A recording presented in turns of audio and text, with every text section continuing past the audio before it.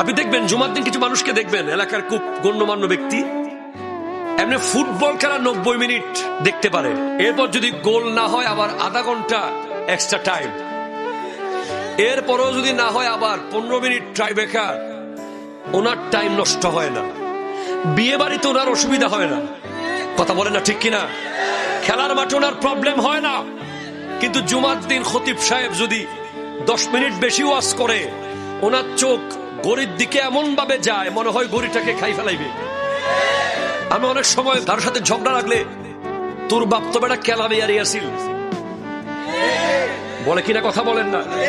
তোর বাপ তো বেগুন ব্যাপারী ছিল, তোর বাপ তো শুটকি ব্যাপারী ছিল, এরকম বলে বলে তার বাবাকে নিয়ে ইনসাল করে কথা বলি। একজন বড় ব্যক্তি হয়েছে, সম্মানিত একজন বড় জ্ঞানী মানুষ হয়েছে, একজন বড় আলেম হয়েছে, একজন রিকশাওয়ালার ঘরে মুহাদ্দিস হতেই পারে, একজন শুটকি ব্যাপারীর ঘরে মুফাসসির হতেই পারে।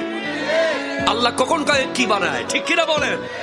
কিন্তু আপনি কখনো তার অতীত, তার বাবার প্রফেশন নিয়ে, তার পারিবারিক স্ট্যাটাসকে টেনে তাকে অপমান করবেন না। কারণ কোরআন বলছে, ইয়া আইয়ুহান নাসু ইন্না খালাকনাকুম মিন যাকারিন ওয়া উনসা ওয়া জাআলনাকুম শুউবান ওয়া কাবাইলা লিতাআরাফু ইন্না আকরামাকুম ইনদাল্লাহি আতকাকুম।